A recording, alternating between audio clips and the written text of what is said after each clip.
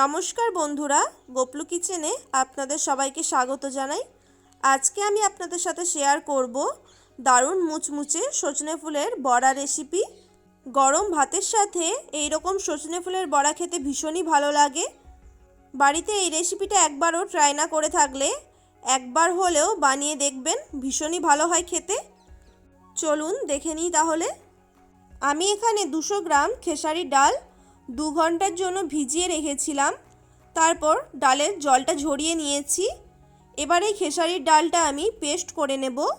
একবারে সব ডালটা আমি পেস্ট করব না, অর্ধেক অর্ধেক করে পেস্ট করে নিচ্ছি।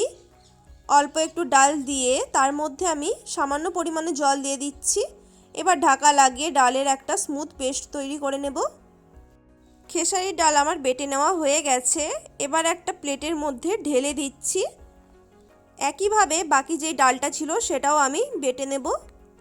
তারপর একটা মিক্সিং বোলের মধ্যে বেশ অনেকটা পরিমাণেই সজনে ফুল নিয়ে নিচ্ছি।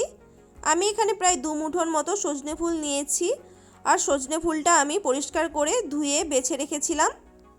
গাছ থেকে একদম টাটকা সজনে ফুল পেড়ে রেখেছিলাম সকালেই। এবার এর মধ্যে দিয়ে দেব 1/2 টিস্পুন লবণ, 1/3 টিস্পুন হলুদ গুঁড়ো, 1/2 টিস্পুন কাশ্মীরি লঙ্কার গুঁড়ো আর 2টো পেঁয়াজ কুচি।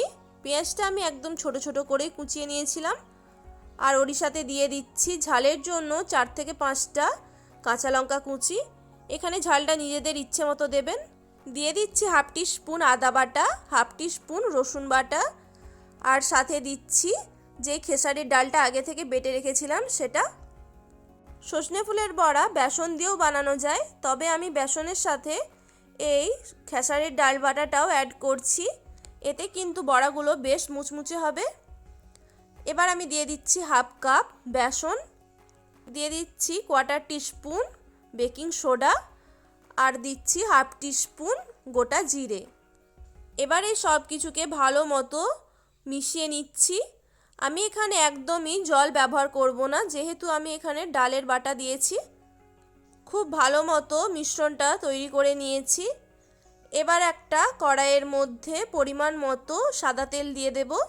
এখানে প্রায় আমি 200 ml এর মতো তেল দিয়েছি। তেল ভালো করে গরম হয়ে গেলে ওর মধ্যে বড়াগুলো একটা একটা করে দিয়ে দেব। আমি এখানে বড়াগুলোকে শ্যালো ফ্রাই করছি, আপনারা চাইলে ডিপ ফ্রাইও করতে পারেন। আর বড়ার শেপগুলো নিজেদের ইচ্ছে মতোই করতে পারেন। আমি এখানে টিক্কির মতো বানিয়েছি। এতে কিন্তু অল্প তেলেই বড়াগুলো খুব ভালো মতো ভাজা হয়ে যাবে। বড়াগুলো দেওয়ার সময় গ্যাসের ফ্লেমটা একটু বাড়িয়ে রেখেছি। তারপর মিডিয়াম ফ্লেমে বড়াগুলোর এক পিঠটা হয়ে গেলে অপর পিঠটাও উল্টে পাল্টে ভেজে নেব। দেখতেই পাচ্ছেন এক পিঠটা ভাজা হয়ে গেছে, অপর পিঠটাও উল্টে ভেজে নিচ্ছি। এইভাবে 5 থেকে 6 মিনিটের জন্য মিডিয়াম ফ্লেমে বড়াগুলোকে লাল করে ভেজে নিয়েছি। এরপর একটা স্ট্রেনার দিয়ে তেল থেকে ছেঁকে বড়াগুলোকে তুলে নেব। খুব কম সময়ের মধ্যেই কিন্তু এই বড়াগুলো তৈরি হয়ে যায় আর খেতে কিন্তু অপূর্ব লাগে। প্রথম ব্যাচে আমি কয়েকটা বড়াই ভেজে নিয়েছি, তারপর বাকিগুলোকেও আমি একইভাবে ভেজে নেব। বড়াগুলোকে ভেজে নিয়ে আমি একটা কিচেন টিস্যুর ওপর রেখে দিয়েছিলাম, যাতে এর মধ্যে থাকা এক্সট্রা তেলও ঝরে যায়। বাকি বড়াগুলোকেও আমি একই রকমভাবেই ভেজে নেব। আবারও বলছি বন্ধুরা, আপনারা চাইলে অবশ্যই কিন্তু বড়াগুলোকে ডিপ ফ্রাই করতে পারেন। দেখুন এখানে আমার বাকি বড়াগুলোও ভেজে নেওয়া হয়ে গেছে। গরম ভাতের সাথে কিন্তু এইরকম বড়া ভেজে নিতে পারেন, ভীষণই ভালো লাগে ভাতের সাথে খেতে। আর তাছাড়াও বাচ্চারা তো শুধু মুখেই এই বড়াগুলো খেতে ভীষণই পছন্দ করবে। আর সজনে ফুল খাওয়া তো ভীষণই উপকারী, চাইলে এভাবে একবার বাড়িতে বড়া বানিয়ে খেতে পারেন। আজকের এই রেসিপিটা ভালো লেগে থাকলে ভিডিওটিতে একটি লাইক করে দেওয়ার অনুরোধ রইল। আর আমার চ্যানেলে নতুন বন্ধু হয়ে থাকলে প্লিজ চ্যানেলটিকে সাবস্ক্রাইব করে দেবেন। সবাই ভালো থাকবেন, সুস্থ থাকবেন। আজকে এই রেসিপিটা সম্পূর্ণ দেখার জন্য অসংখ্য ধন্যবাদ।